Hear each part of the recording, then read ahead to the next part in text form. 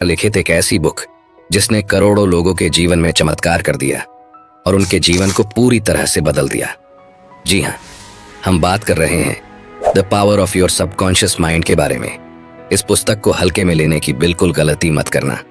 ये subconscious mind के बारे में लिखी गई अब तक की सबसे बेस्ट बुक है। डॉक्टर जोसेफ मर्फी ने अपना अधिकांश समय पूर्वी देशों के धर्मों के अध्ययन में बिताया। शोध के सिलसिले में वे कई साल भारत में भी रहे। विश्व के सभी प्रमुख धर्मों का अध्ययन करने के बाद उन्हें विश्वास हो गया कि पूरी सृष्टि में एक विराट शक्ति व्याप्त है और वह शक्ति हमारे भीतर है, जिसे डॉक्टर मर्फी ने नाम दिया the power of subconscious mind means अवचेतन मन की शक्ति। और इसी शक्ति के बारे में हम इस वीडियो में डिटेल में समझेंगे। जब आप अपने अवचेतन मन की जादुई शक्ति का प्रयोग करना सीख जाएंगे तो आपके जीवन में चमत्कार होने लगेंगे। आप हर वो चीज पा लेंगे जिसे आप पाना चाहते हैं, हर वो मुकाम हासिल कर लेंगे जिसे आप हासिल करना चाहते हैं। इतना पैसा कमा पाएंगे कि जिसकी आपने कल्पना भी नहीं की होगी। इस बुक में टोटल 20 चैप्टर हैं जो हमें सफलता की सीढ़ी तक पहुंचा सकते हैं, जिसके द्वारा हम जो चाहे वो पा सकते हैं। अगर आप इस पूरे वीडियो को ध्यान से देखते हैं, समझते हैं और अपने जीवन में अमल करते हैं तो मैं आपको प्रॉमिस कर सकता हूं कि आपको जीवन में सफल होने से कोई भी रोक नहीं पाएगा और सफलता की हर बुलंदी को आप छू पाएंगे। अगर आप भी जीवन में हर वो चीज पाना चाहते हैं जिसकी आपने कल्पनाएं भी नहीं की तो वीडियो को पूरा देखना और एक भी पॉइंट मिस मत करना। तो चलिए शुरू करते हैं। चैप्टर 1, आपके भीतर बहुत बड़ा खजाना छिपा है। क्या आप जानते हैं, चुंबक लगा लोहे का एक टुकड़ा अपने वजन से 12 गुना अधिक वजन को आसानी से उठा सकता है, लेकिन अगर उसमें से चुंबक निकाल दे तो वह एक दिन का भी नहीं उठा सकता। इसी तरह दुनिया में 2 तरह के लोग होते हैं, एक चुंबकीय ताकत रखने वाले जिनमें विश्वास और आस्था कूट कूट कर भरी होती है, जो जानते हैं कि वे जीतेंगे और सफल होंगे, और दूसरे जिनमें चुंबकीय तत्व नहीं होते, जो हमेशा डरे हुए रहते हैं, भयभीत रहते हैं, उन्हें हर बात में संदेह होता है। इस प्रकार के लोग जिंदगी में आगे नहीं बढ़ पाते। आप भी चुंबकीय व्यक्ति बन सकते हैं, बशर्ते आप इतिहास के सबसे बड़े रहस्य अवचेतन मन की शक्ति को समझ ले और उस पर अमल करने लगे। अब हम समझेंगे कि ये अवचेतन मन है क्या। आपका मस्तिष्क दरअसल में एक है, किंतु उसके 2 स्पष्ट भाग हैं। दोनों की विशेषताएं अलग अलग हैं। दोनों भागों को एक रेखा अलग करती है। दोनों के कार्य बुनियादी रूप से एक दूसरे से अलग हैं। प्रत्येक विभाग को अलग अलग शक्तियां और गुण मिले हैं। एक चेतन मन और दूसरा अवचेतन मन। जो सतह पर दिखाई देता है, यानी जैसे आप दिखाई देते हो, वो चेतन मन है, और जो आपके अंदर का मन, जो आपके अंदर है, जो दिखाई नहीं देता, वह अवचेतन मन है। चेतन मन और अवचेतन मन एक दूसरे से कैसे कनेक्टेड हैं, ये एक स्टोरी से समझते हैं। एक बार महान ओपेरा गायक एनरिको कैरुसो अपनी करियर की शुरुआत में मंच पर जाने से घबरा रहे थे। डर के मारे उनके गले की मांसपेशियां ही ऐंठ गई। उनका चेहरा पसीने से तरबतर हो गया। वे शर्म और घबराहट में मंच के पीछे चले गए। कुछ ही पल बाद उन्हें हजारों लोगों के सामने परफॉर्म करना था, लेकिन पब्लिक को देखकर उन पर डर की भावना हावी हो गई। उन्होंने कांपते हुए कहा, मैं नहीं गा सकता, सब लोग मुझ पर हंसेंगे। वे अपने ड्रेसिंग रूम में जाने के लिए मुड़े। तभी अचानक वे रुक कर चिल्लाए, भाग जाओ डर, तुम्हें भागना ही होगा, भागना होगा, भागो यहाँ से। वे दोबारा मंच पर गए और सीना तानकर खड़े हो गए और उन्होंने ऐसे गाया कि सुनने वालों का दिल जीत लिया। इस स्टोरी से हमने क्या सीखा? जब आपका चेतन मन डर, चिंता और तनाव से भर जाता है तो आपके अवचेतन मन में भी नकारात्मक भाव प्रवाहित होने लगते हैं, और यही नकारात्मक भाव चेतन मन में दहशत, आशंका और निराशा भर देते हैं। जब कभी आपके साथ ऐसा हो तो एनरिक कैरुसो की तरह आप भी अपने चेतन मन के नकारात्मक विचारों के समक्ष पूरे साहस और विश्वास के साथ डटकर खड़े हो जाए और अपने मन में कहे, मैं पूर्णतः नियंत्रण में हूँ, मैं यह काम आसानी से कर सकता हूँ, यह बहुत आसान है। जब आप चेतन मन को इस तरह आदेश देंगे तो आपका अवचेतन मन शांति और सद्भाव से भर जाएगा और आपके अंदर जोश, उत्साह और शक्ति आ जाएगी, और आपको ऐसे परिणाम मिलेंगे जो आपने सोचे भी नहीं होंगे। मान लीजिए कि आपका मस्तिष्क एक बगीचा है और आप उस बगीचे के मालिक हैं। अब आपके बगीचे में कौन सी फसल उगेगी? ऑब्वियसली आपके बगीचे में वही फसल उगेगी जिसके बीज आप उसमें बोएंगे। उसी तरह हम भी अपने मस्तिष्क के बगीचे में दिन भर अपने विचारों के बीज बोते हैं। अब ये विचारों के बीज आते कहाँ से हैं? ये उत्पन्न होते हैं हमारी आदतों से। अगर आप कांटे बोते हैं तो क्या आपको अंगूर मिलेंगे? कंटीली झाड़ियाँ बोएंगे तो क्या अंजीर की फसल मिलेगी। जैसे विचारों की बुवाई आप अपने मस्तिष्क में करते हैं, वैसे ही परिणाम आपको मिलते हैं। अब सवाल यह है कि आपको चेतन मस्तिष्क में ही अच्छे विचार क्यों सोचने हैं। तो जवाब है क्योंकि अवचेतन मन सही गलत में फर्क नहीं कर सकता। ये तो बस चेतन मन द्वारा सोचे गए विचारों को अस्तित्व देने का काम करता है, चाहे वो सही हो या गलत। ये बहुत ही इंपॉर्टेंट लाइन है। अगर एक बार में समझ ना आई हो तो बैक जाकर दोबारा सुन लेना। फॉर एग्जाम्पल, अगर कोई इंसान है जो किसी पर बहुत ज्यादा गुस्सा है और उसका गुस्सा इस हद तक बढ़ गया कि वो उसका खून करना चाहता है और बार बार बोलता रहता है, मैं उसको मार डालूंगा, मैं उसको मार डालूंगा, उसका खून कर दूंगा। बार बार यही बातें बोलने की वजह से ये सारी बातें उस इंसान की अवचेतन मन पर अंकित हो जाएगी और अल्लादीन के चिराग से उत्पन्न हुए जिनकी तरह उसका अवचेतन मन बोलेगा, जो हुक्म मेरे आका, और वो ऐसी परिस्थितियां उत्पन्न कर देगा कि वो इंसान एक दिन सचमुच खून कर देगा। अब किसी का खून करना यह तो बहुत बुरी बात है, तो अवचेतन मन ने उसे यह सब करने से रोका क्यों नहीं? क्योंकि अवचेतन मन सही और गलत में फर्क नहीं कर सकता। यह तो बस चेतन मन द्वारा सोचे गए विचारों को अस्तित्व देने का काम करता है, चाहे वो विचार सही हो या गलत। और अगर कोई स्टूडेंट एग्जाम में टॉप करना चाहता है और बार बार बोलता है, मैं टॉप करूंगा, मैं टॉप करूंगा, मैं टॉप करूंगा, बार बार बोलकर इस विचार को अपने अवचेतन मन में अंकित कर देता है, तो फिर से आपका अवचेतन मन कहेगा, जो हुक्म मेरे आका, और वो ऐसी परिस्थितियां उत्पन्न कर देगा, आपको इतनी मेहनत करने पर विवश कर देगा कि वो स्टूडेंट एग्जाम टॉप कर लेगा। यह अवचेतन मन हर उस चीज को हकीकत में ला सकता है जो आप हासिल करना चाहते हैं। इसलिए आपके मस्तिष्क में आने वाला प्रत्येक विचार महत्वपूर्ण है। सिर्फ ऐसे विचारों को ही अपने मस्तिष्क में जगह दे जिनसे आपको ताकत और शक्ति मिलती हो, जो हमारे मस्तिष्क को कमजोर करे। ऐसे नकारात्मक विचारों को मस्तिष्क में घुसने ही न दे। चैप्टर 2, आपका अपना मस्तिष्क कैसे काम करता है। चेतन मन जहाज के कैप्टन की तरह होता है। वह सिर्फ नीचे इंजन रूम में बैठे कर्मचारियों को आदेश देता है, जो सभी बॉयलरों, मशीनों, यंत्रों को उसके आदेशों के अनुकूल चलाते हैं। मशीन रूम में काम कर रहे कर्मचारियों को यह पता नहीं होता कि वे कहां तथा किस ओर जा रहे हैं। वे केवल आदेशों का पालन करते हैं। कैप्टन अपने कंपास और अन्य यंत्र के आधार पर यदि गलत या अधूरा आदेश भी देता है, तो भी वे उस आदेश को बिना कोई सवाल करे मान लेते हैं, भले ही वे पहाड़ से टकरा ही क्यों ना जाए, क्योंकि उनका काम सिर्फ ऑर्डर फॉलो करना है। एम्प्लॉयज कैप्टन से सवाल नहीं कर सकते, वे केवल आदेश का पालन करते हैं। ठीक इसी तरह आपका चेतन मन कैप्टन है, आपके जहाज का नेविगेटर है। जिस विचार पर आपका चेतन मन विश्वास करता है और सही मानता है, उसी विचार को अवचेतन मन बिना सवाल पूछे आपका आदेश समझकर स्वीकार कर लेता है, चाहे वो सही हो या गलत, इससे उसे कोई फर्क नहीं पड़ता। और जब चेतन मन से कोई शब्द या वाक्य आप बार बार बोलते रहते हैं, तो आपका अवचेतन मन उसे एक्सेप्ट कर लेता है और उसे साकार कर देता है, चाहे वो चीज सही हो या गलत, सकारात्मक हो या नकारात्मक। जब आप कोई नकारात्मक चीजें बार बार कहते हैं, जैसे कि ये बहुत मुश्किल है, मैं ये नहीं कर सकता, मैं स्मार्ट और इंटेलिजेंट नहीं हूँ, मैं किसी काम का नहीं हूँ, मैं बिल्कुल नाकारा हूँ, ये मेरे बस में नहीं है, मैं अमीर नहीं बन सकता, तब आपका अवचेतन मन आपके शब्दों को स्वीकार कर लेता है और बिल्कुल वैसी ही परिस्थितियां पैदा कर देता है, जिससे आपके लिए वह चीज प्राप्त करना सचमुच मुश्किल बन जाता है। जब तक आप ये कहते रहोगे, मैं यह कार नहीं खरीद सकता, मैं यूरोप की यात्रा नहीं कर सकता, मैं यह घर नहीं खरीद सकता, यह सूट, यह पतलून नहीं खरीद सकता, तब तक यह जान लो कि आपका अवचेतन मन आपके नकारात्मक आदेशों का पालन करता रहेगा और जीवन भर आप अभावों में जीते रहेंगे। लेकिन अगर आप इसके बदले यह बोलते हैं, यह बहुत आसान है, मैं बहुत स्मार्ट और इंटेलिजेंट हूँ, मैं 100% अमीर बन सकता हूँ, मैं यह कार खरीद सकता हूँ, मैं यूरोप टूर पर जा सकता हूँ, तो आपका अवचेतन मस्तिष्क बिना सवाल पूछे ये सच मान लेगा और ऐसी परिस्थितियां उत्पन्न कर देगा जिससे आप उस चीज को हासिल कर लेंगे। सुनने में आपको थोड़ा अजीब लग रहा होगा, लेकिन यही सच्चाई है दोस्तों। एक और एग्जाम्पल देखते हैं। एक युवा गायिका को गाने के ऑडिशन के लिए बुलाया गया। वह बड़ी आस लिए इंटरव्यू का इंतजार कर रही थी, किंतु 3 बार वह ऑडिशन में फेल हो गई। उसका गला बहुत मधुर था, लेकिन फिर भी वह फेल हो जाती थी। क्यों?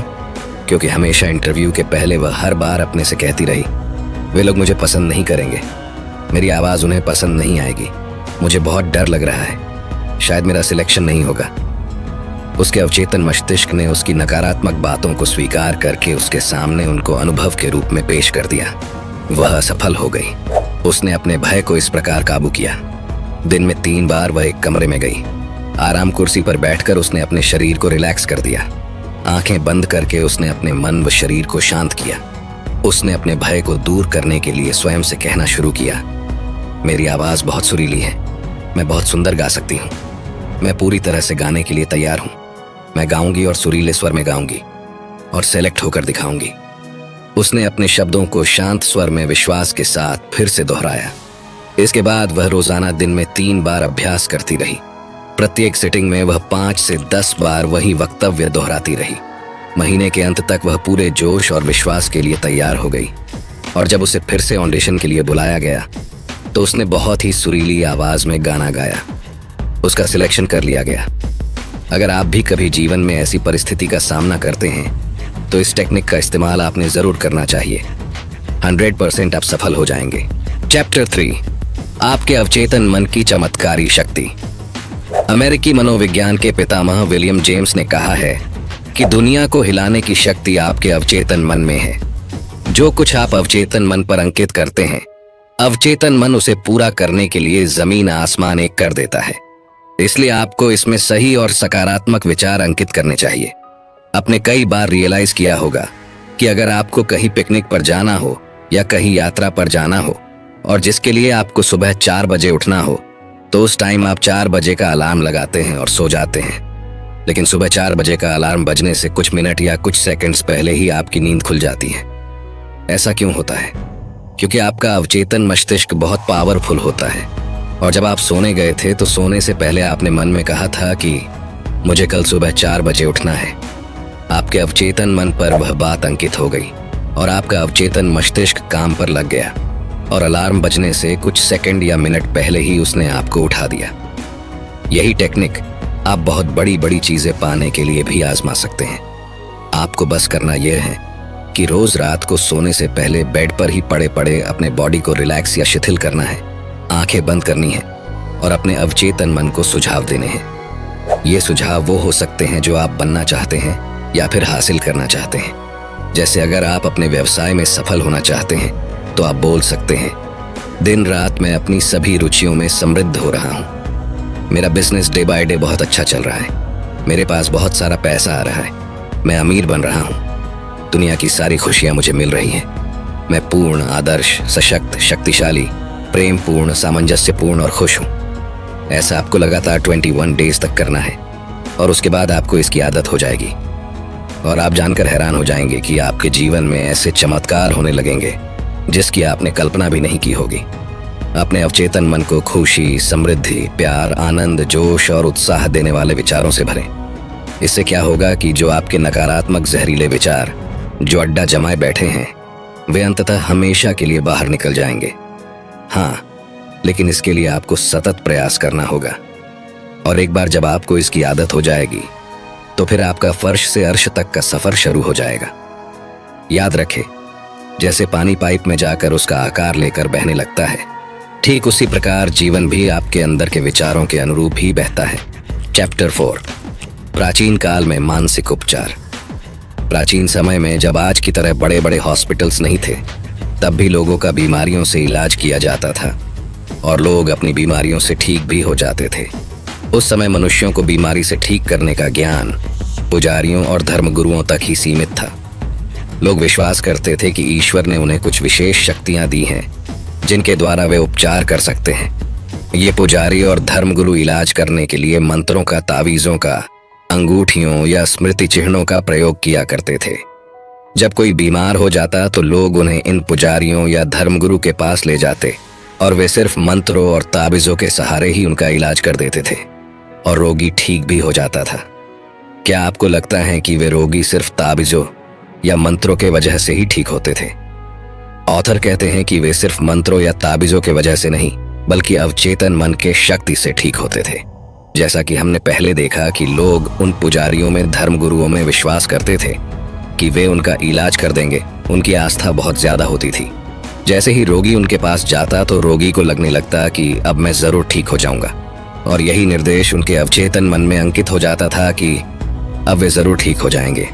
और जैसे हमने इससे पहले ही समझा है कि अवचेतन मन में जो विचार अंकित हो जाता है वो हकीकत का रूप ले लेता है, और इसी वजह से वे रोगी ठीक भी हो जाते थे।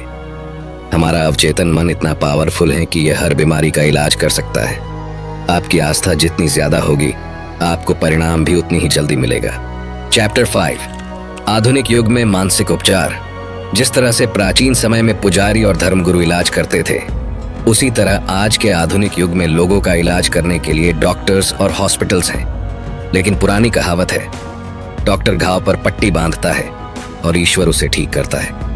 यहाँ पर ईश्वर शब्द का प्रयोग अवचेतन मन के लिए किया गया है। कोई भी डॉक्टर या सर्जन पूरी तरह से यह दावा नहीं कर सकता कि उसने मरीज को ठीक कर दिया।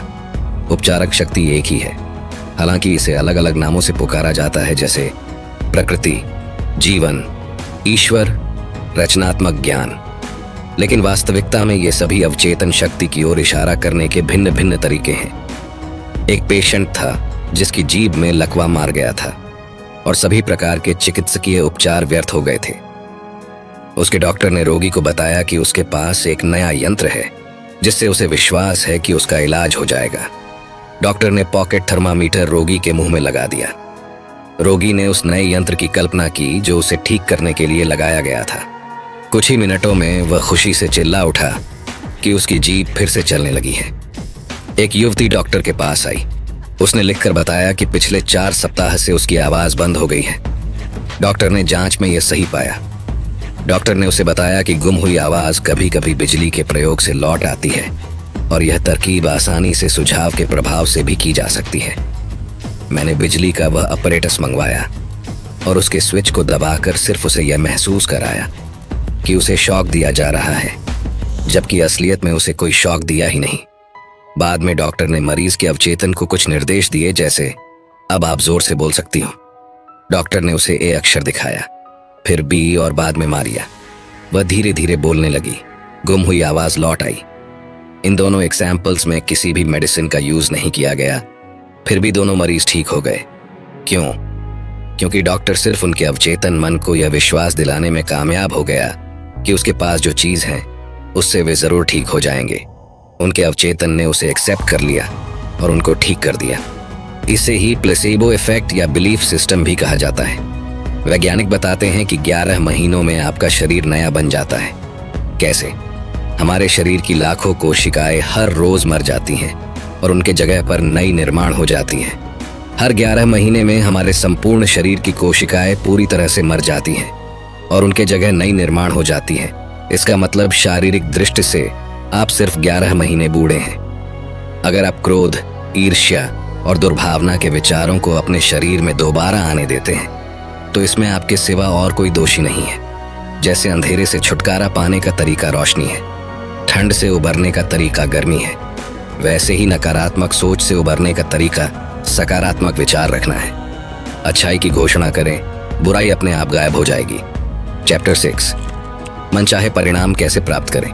आपके अवचेतन मन को सराबोर करने का सबसे अच्छा समय सोने से ठीक पहले और जागने के ठीक बाद का होता है। ऐसा इस कारण है क्योंकि अवचेतन सोने से ठीक पहले और जागने के ठीक बाद सबसे ज्यादा सशक्त होता है। इस अवस्था में वे नकारात्मक विचार और तस्वीरें नहीं रहती हैं जो आपकी इच्छा को नकारती हैं और आपके अवचेतन मन द्वारा उनकी स्वीकृति को रोकती हैं। जब आप मनोकामना पूरी होने की वास्तविकता की कल्पना करते हैं और उपलब्धि का रोमांच महसूस करते हैं तो आपका अवचेतन आपकी मनोकामना पूरी कर देता है। सेहत की भावना से सेहत उत्पन्न होती है, दौलत की भावना से दौलत उत्पन्न होती है। अब आप बताइए कि आपकी भावना कैसी है। कल्पना आपकी सबसे बड़ी आंतरिक शक्ति है। अच्छी और सुंदर चीजों की कल्पना करें।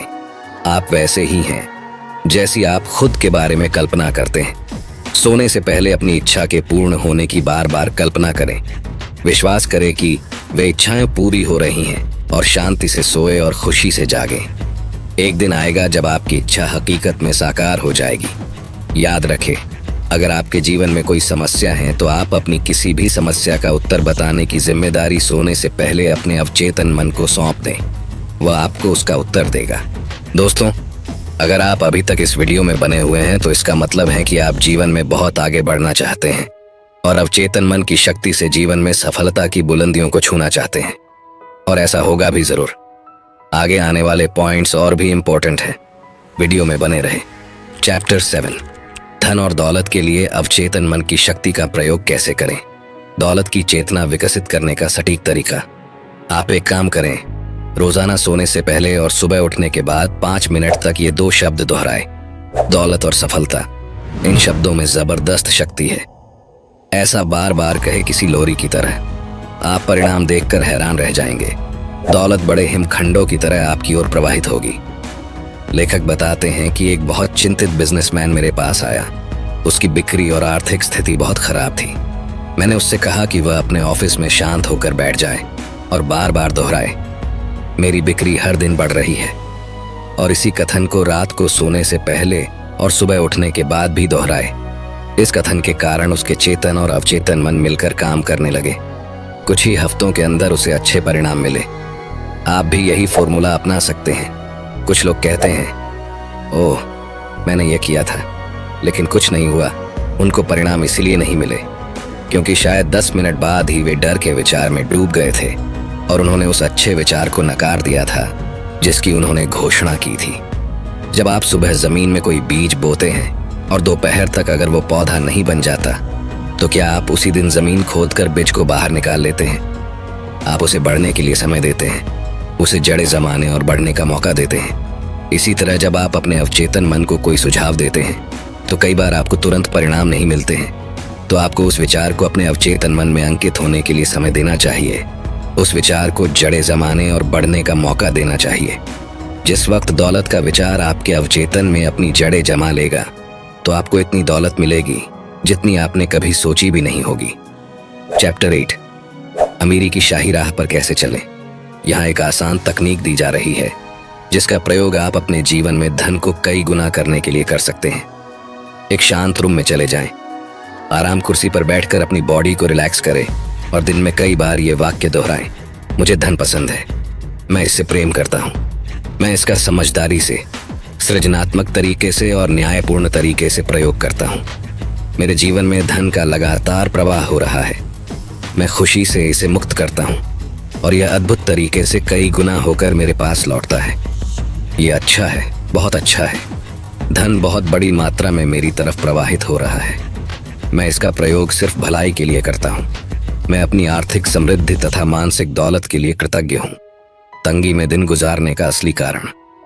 आपने कई लोगों को देखा होगा जो तंगी में दिन गुजार रहे हैं और महीने का खर्च चलाने के लिए संघर्ष कर रहे हैं। उन्हें अपने खर्च पूरे करने के लिए बहुत जूझना पड़ता है। क्या आप जानना चाहते हैं कि उनके साथ ऐसा क्यों होता है? वे लगातार उन लोगों की निंदा करते हैं जो जीवन में बहुत सफल हुए हैं और जिन्होंने बहुत दौलत कमाई है। वे सोचते हैं कि अमीर लोग बहुत बदमाश होते हैं, वे लोगों का खून चूस चूस के अमीर बने हैं, वे बेईमान और भ्रष्ट होते हैं और इसलिए वे हमेशा अमीर लोगों से और उनके पैसों से नफरत करते हैं। आप दौलतमंद तो बनना चाहते हैं लेकिन दौलतमंद लोगों से और उनके पैसों से ही नफरत करते हैं। और ब्रह्मांड का नियम कहता है कि आप जिस चीज से नफरत करते हैं वो आपसे दूर चली जाती है, चाहे वो दोस्त हो, बीवी हो, बच्चे हो, रिलेटिव्स हो या फिर दौलत। अगर आप किसी इंसान को पसंद ही नहीं करेंगे, उसे हमेशा बुरा भला कहेंगे, उसकी निंदा करते रहेंगे तो वो आपसे दूर चला जाएगा। उसी तरह जब आप सफल और अमीर लोगों को पसंद नहीं करते हो या उनकी निंदा करते हो तो ब्रह्मांड के नियम के अनुसार पैसा भी आपसे दूर चला जाता है और आपको वापस मुड़कर भी नहीं देखता। इसीलिए ऐसे लोगों के पास पैसे की हमेशा कमी रहती है। तो आपको करना क्या है? आप जब भी किसी सफल और अमीर इंसान को देखें तो कहे, मैं सफल और अमीर लोगों को आशीर्वाद देता हूँ, मैं सफल और अमीर लोगों को अपना रोल मॉडल बनाता हूँ, मैं सफल और अमीर लोगों से प्यार करता हूँ। अगर वे अमीर बन सकते हैं तो मैं भी बन सकता हूँ। जब आप सफल और दौलतमंद लोगों के बारे में अपने अवचेतन में अच्छी भावना रखोगे तो आपका अवचेतन मन आपको इतनी दौलत देगा कि आप गिन भी नहीं पाओगे। चैप्टर 9, आपका अवचेतन मन और वैवाहिक जीवन। आदर्श पति को कैसे आकर्षित करें। अगर आपने इससे पहले के अध्याय ध्यान से समझ लिए हैं तो अब तक आप जान चुके होंगे कि आपका अवचेतन मन कैसे काम करता है। आप जानते हैं कि आप इस पर जो भी छाप छोड़ेंगे वह बाहरी जगत में साकार हो जाएगा। अगर आप एक महिला हैं और आदर्श पति को आकर्षित करना चाहती हैं तो इसी समय अपने अवचेतन मन पर उन गुणों और लक्षणों की छाप छोड़ें जो आप अपने होने वाले पति में चाहते हैं। यहाँ एक उत्कृष्ट तकनीक दी जा रही है जिसके द्वारा आप आदर्श पति को आकर्षित कर सकती हैं। रात को कुर्सी पर बैठ जाएं, आंखें बंद कर लें, शिथिल हो जाएं, शरीर को पूरी तरह ढीला छोड़ दें, बहुत शांत, निष्क्रिय और ग्रहणशील बन जाए। अपने अवचेतन मन से बात करें और कहें, मैं एक ऐसे पुरुष को आकर्षित कर रही हूँ जो ईमानदार, सच्चा, वफादार, निष्ठावान, शांत, खुश और समृद्ध है। मैं जानती हूँ कि मैं उसकी शांति और सुख को बढ़ा सकती हूँ। वह मेरे आदर्शों से प्रेम करता है और मैं उसके आदर्शों से प्रेम करती हूँ। वह मुझे बदलकर नया नहीं बनाना चाहता है, ना ही मैं उसे बदलकर नया बनाना चाहती हूँ। हमारे बीच आपसी प्रेम, स्वतंत्रता और सम्मान है। आदर्श पत्नी को कैसे आकर्षित करें? अपनी आदर्श पत्नी को आकर्षित करने के लिए नीचे दी गई सकारात्मक घोषणा करें। मैं ऐसी महिला को आकर्षित कर रहा हूँ जिसके साथ मेरा बहुत अच्छा तालमेल होगा। ये महिला ऐसी है जिसके साथ मेरी जोड़ी आदर्श रहेगी। वह आध्यात्मिक, निष्ठावान, वफादार और ईमानदार है, सामंजस्यपूर्ण, शांत और खुश मिजाज है। हम एक दूसरे की तरफ प्रबलता से आकर्षित हो रहे हैं। मैं जानता हूं कि मैं इस महिला को प्रेम, प्रकाश, शांति और खुशी दे सकता हूं। मैं महसूस करता हूं और विश्वास करता हूं कि मैं इस महिला के जीवन को अद्भुत बना सकता हूं। मैं अब आदर्श जीवन साथी को स्वीकार करता हूं। मानसिक रूप से अपनी पत्नी की वैसी तस्वीर बनाएं जैसी उसे होना चाहिए, खुश, सुखी, स्वस्थ और सुंदर। अपने पति को उस तरह देखें जैसा उसे होना चाहिए, सशक्त, शक्तिशाली, प्रेमपूर्ण, सद्भावनापूर्ण और दयालु। मानसिक तस्वीर देखते रहेंगे तो आप अनुभव करेंगे कि आपका वैवाहिक जीवन स्वर्ग बन चुका है, जो सद्भाव और शांति से भरा है। चैप्टर 10